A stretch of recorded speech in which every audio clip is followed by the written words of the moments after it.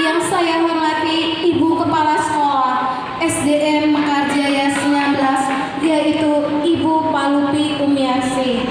Dan yang saya hormati Bapak dan Ibu guru semuanya dari SDN Mekarjaya 19 yang saya hormati. Pertama-tama, saya akan membacakan susunan acara. Yang pertama yaitu pembukaan, kedua menyanyikan lagu Indonesia Raya, ketiga pemaparan, penyebaran dan penerapan budaya positif, yang keempat tanya jawab dan tanggapan, yang terakhir penutup. Baik, menginjak acara selanjutnya yaitu pembukaan. Marilah kita mengucapkan dengan kata Bismillahirrahmanirrahim. Acara selanjutnya yaitu menyanyikan lagu Indonesia Raya. Untuk Ibu dan Bapak guru, mohon untuk berdiri.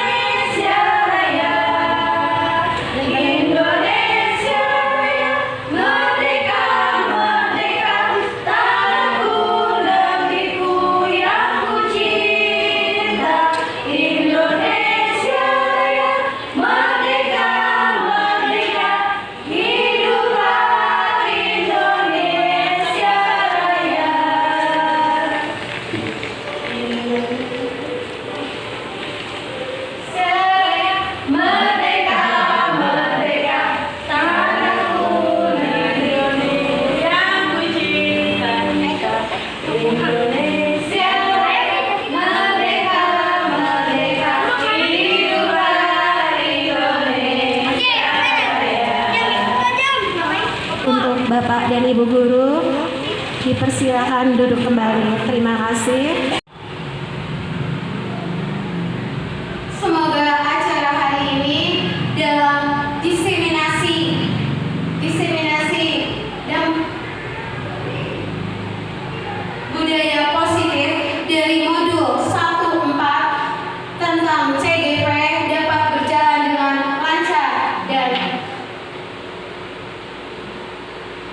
lancar dan tertib. Baiklah, budaya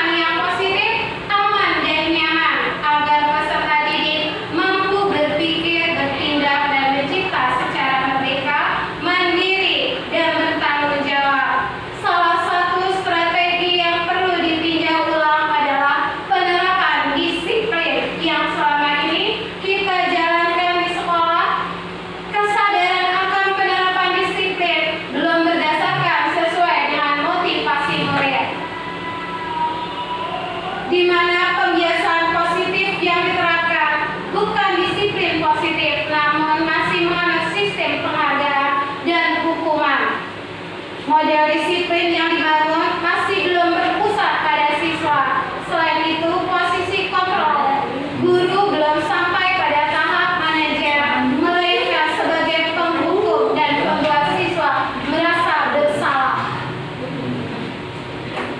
Sebagai pendidik, tujuan kita adalah menciptakan siswa-siswa yang memiliki disiplin diri sehingga mereka bisa berperilaku dengan mengacu pada nilai-nilai kebajikan universal dan memiliki motivasi internal. Siswa yang memiliki disiplin diri berarti mampu bertanggung jawab terhadap apa yang dilakukannya. Bagaimana peran kita sebagai pendidik dapat menumbuhkan disiplin diri pada diri siswa, sehingga siswa mampu menggali potensinya menuju kepada sebuah tujuan, sesuatu yang dihargai dan bermakna. Mengontrol diri, menguasai diri untuk memilih tindakan yang mengacu pada nilai-nilai yang dihargai. Di sini saya akan menjelaskan tentang diseminasi budaya positif.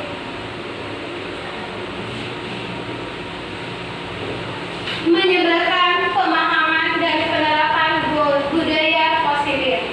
Di dalam modul 1.4 yaitu tentang budaya positif, ada konsep intinya. Yang pertama yaitu perubahan paradigma belajar, disiplin positif, nilai-nilai kebajikan, kebutuhan dasar manusia, motivasi perilaku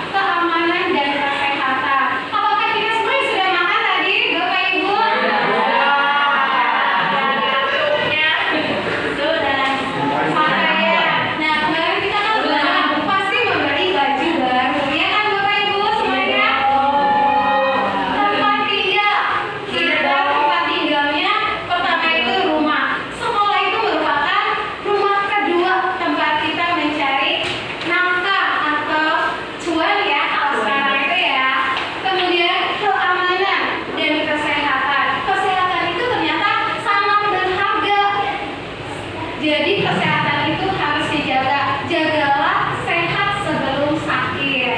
Kemudian ada kasih sayang dan rasa diterima. Rasa diterima, dipedulikan, berbagi.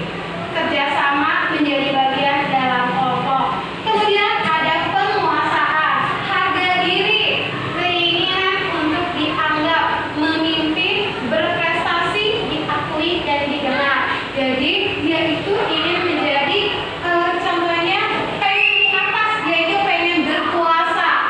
Nah, kemudian ada kebebasan, ada mandiri, memiliki pilihan, mencoba hal yang baru, mampu mengendalikan arah dirinya. Dia hidupnya mandiri. Tapi kita tidak bisa hidup mandiri, kita membutuhkan orang lain. Kemudian ada kesenangan. Contohnya ada antusiasme, tertawa, bahagia, humor. Contohnya jalan-jalan, ya suka jalan-jalan tidak Bapak Ibu? Nah, di sini semangat katanya, semangat, perilaku, motivasi, perilaku manusia. Nah, ada dua motivasi, ada motivasi ekstrinsik dan ada motivasi intrinsik. Contohnya di motivasi ekstrinsik itu untuk menghindari ketidaknyamanan atau hukuman. Kemudian untuk mendapatkan imbalan atau penghargaan dari orang lain. Kemudian motivasi intrinsik yaitu untuk menjadi orang yang mereka inginkan dan menghargai diri sendiri dengan nilai-nilai yang mereka percaya. Untuk menghindari ketidaknyamanan atau hukuman, dia pengen, ibaratnya dia itu pengen aman, tidak mau disalahkan, tidak mau dapat hukuman. Kemudian untuk mendapatkan imbalan atau penghargaan dari orang lain, berarti dia melakukan sesuatu itu, dia itu inginnya mendapatkan hadiah atau reward. Padahal dalam pendidikan itu tidak boleh mendapat hadiah kecuali reward. Reward itu seperti tanda senyum, jempol, contohnya tidak berupa barang. Kemudian di sini ada motivasi intrinsik untuk menjadi orang yang mereka inginkan dan menghargai diri sendiri dengan nilai-nilai yang mereka percaya.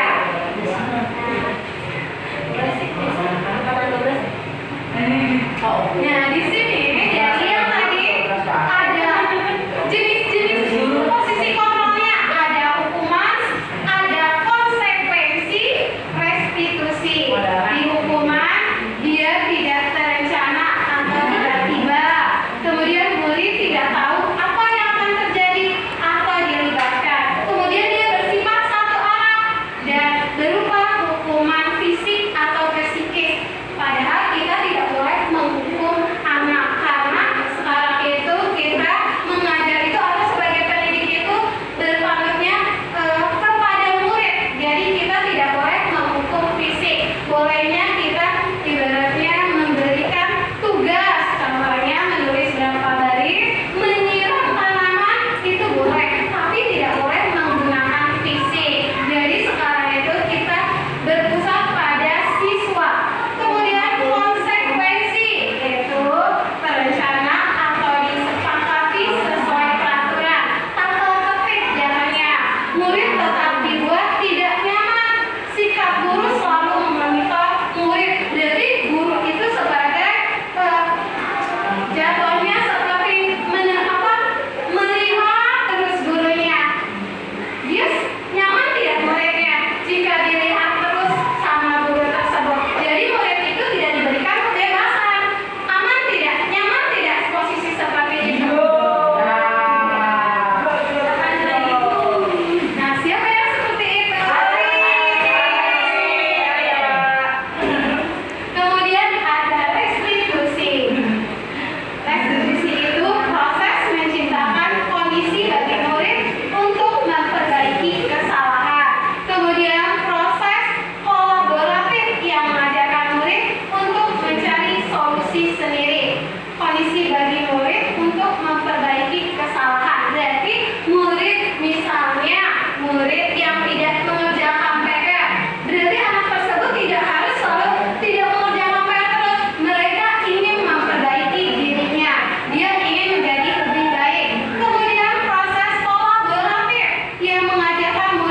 untuk mencari solusi sendiri. Jadi anak tersebut harus mandiri. Murid bisa bertanya tapi tidak diberitahu jawabannya.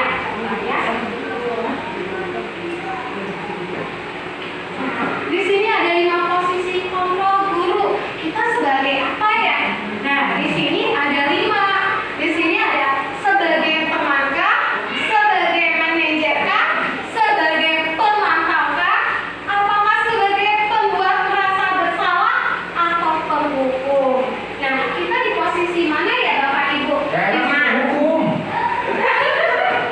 Sebagai penghukum. Tadi kan sudah dibilang tidak boleh kita sebagai penghukum karena berpusatnya sekarang itu belajar itu berpusatnya kepada murid. Kita tidak boleh menuntut tapi kita menuntun murid dari yang tidak baik menjadi lebih baik.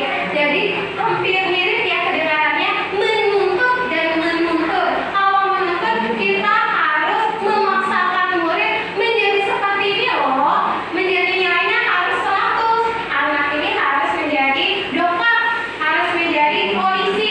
Ternyata bukan, tapi kita harus menuntut mereka menjadi prestasi yang unggul. Nah, seperti kemarin saya sudah menjelaskan tentang visi dan misi.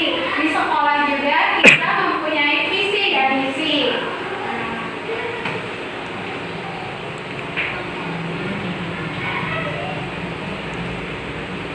Nah, contoh penerapan 5 posisi kontrol gurunya ada sebuah kasus.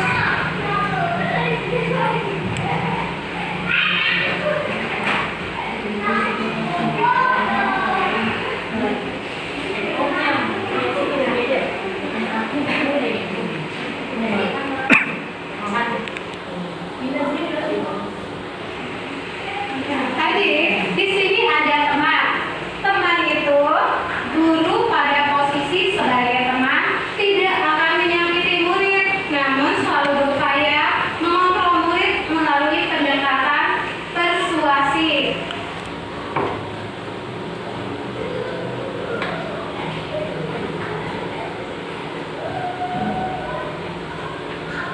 Yang biasa dilakukan posisi sebagai teman adalah membuatkan alasan-alasan. Jadi murid itu menganggap guru itu sebagai teman. Mereka tidak menganggap kita itu sebagai guru, tapi murid itu menganggap kita sebagai teman. Jadi mereka kadang suka curhat, suka datang ke rumah. Nah, ini posisi sebagai teman. Kalau manajer itu pengen jadi pemimpin, dia itu selalu memerintahkan, ya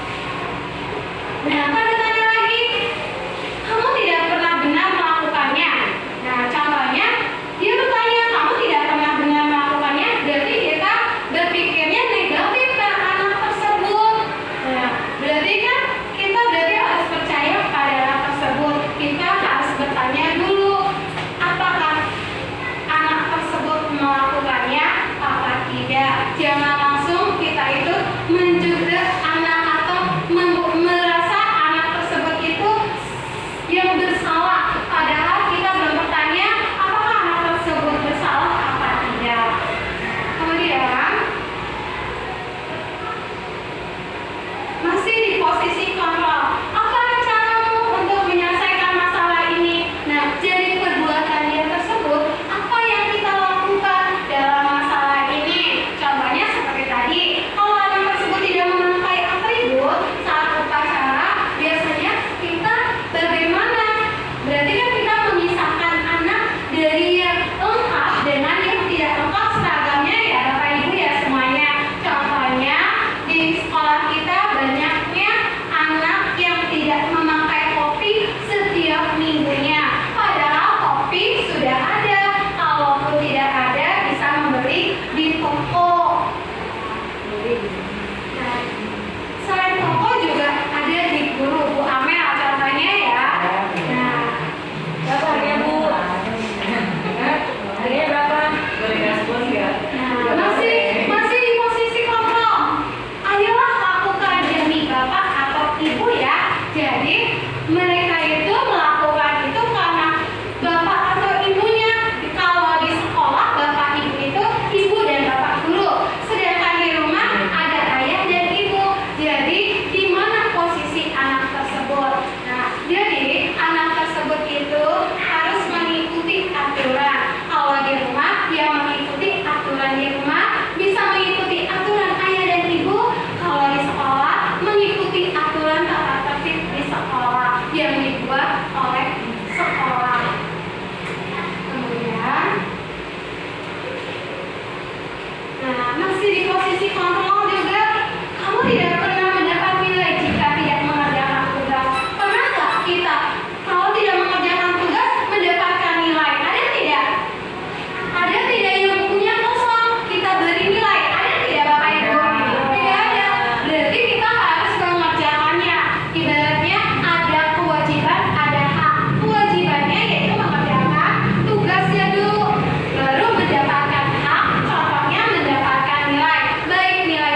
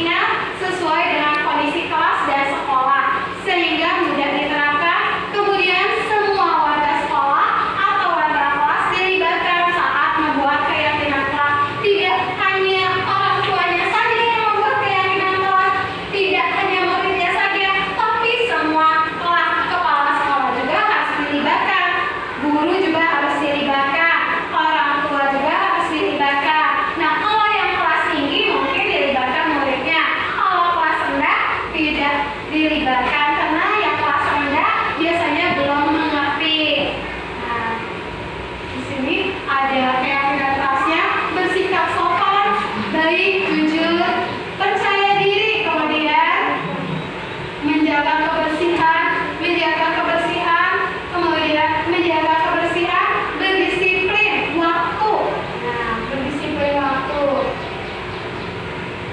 Nah, ada segitiga restitusi. Di sini segitiga restitusinya ada validasi tindakan yang salah, menanyakan keyakinan, menstabilkan identitas, yaitu suatu proses dialog yang dijalankan oleh guru agar dapat menghasilkan murid yang mandiri dan bertanggung jawab sesuai dengan profil pelajar Pancasila seperti yang tercetuskan oleh Bapak Pendidikan kita, yaitu Bapak KHD Ki Hajar Dewantara.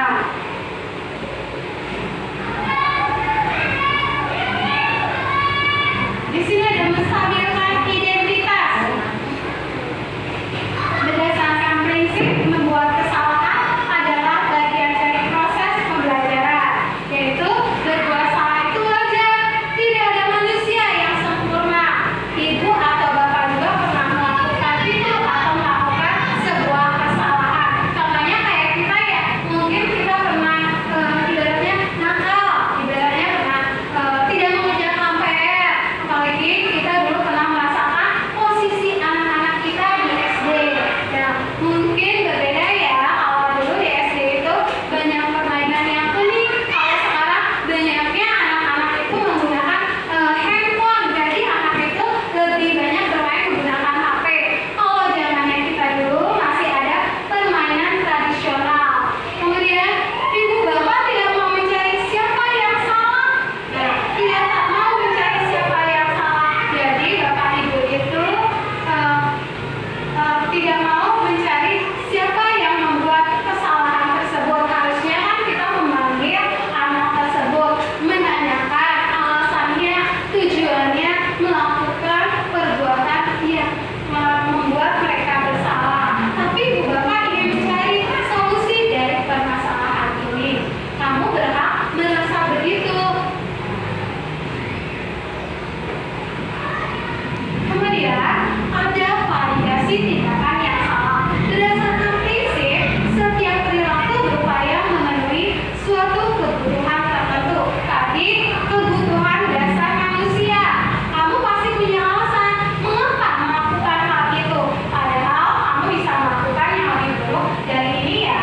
Kamu patut bangga karena telah melindungi sesuatu yang membuatmu. Kamu melakukannya karena mempertahankan sesuatu yang penting bagimu. Berarti anak tersebut dia ibaratnya kekeh ingin mempertahankan apa yang dia inginkan. Contohnya di sini ada menanyakan keyakinan. Tadi sudah membuat keyakinan kelas. Di sini ada menanyakan keyakinannya. Contohnya berdasarkan prinsip teori kontrol bahwa pada dasarnya kita termotivasi secara intrinsik. Keyakinan kelas kita. Kemudian ada nilai-nilai apa yang telah disepakati bersama. Kemudian seperti apa gambaran sebuah kelas yang ideal menurut kamu. Nah, jadi menanyakan kepada murid mau seperti apa kelas itu. Bagaimana posisi yang menyenangkan itu biar anak tersebut merasa aman, nyaman belajar di kelas tersebut. Kamu ingin menjadi orang yang seperti apa? Contohnya, jatuhnya dia cita-cita. Anak itu mau jadi apa ya cita-citanya di masa depannya? Kemudian, nah, mungkin ada ibu bapak dulu yang mau bertanya dari pemaparan diseminasi budaya positif tadi. Ada yang mau ditanyakan Bapak Ibu dari pemaparan dari awal sampai akhir. Nah, di sini jadi sekarang itu ke kurikulum ya. Kita belajar jadi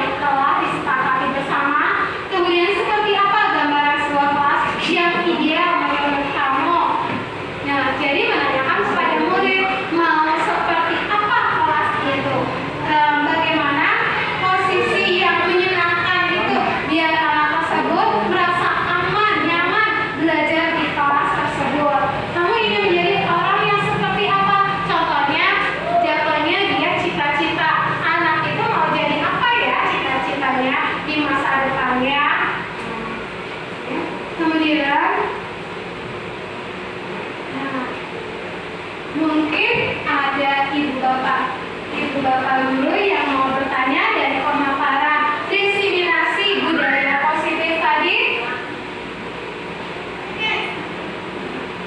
Ada yang mau ditanyakan, Bapak Ibu, dari pemaparan dari awal sampai akhir? Nah, di sini. Jadi sekarang itu ke kurikulum ya. Kita belajar jadi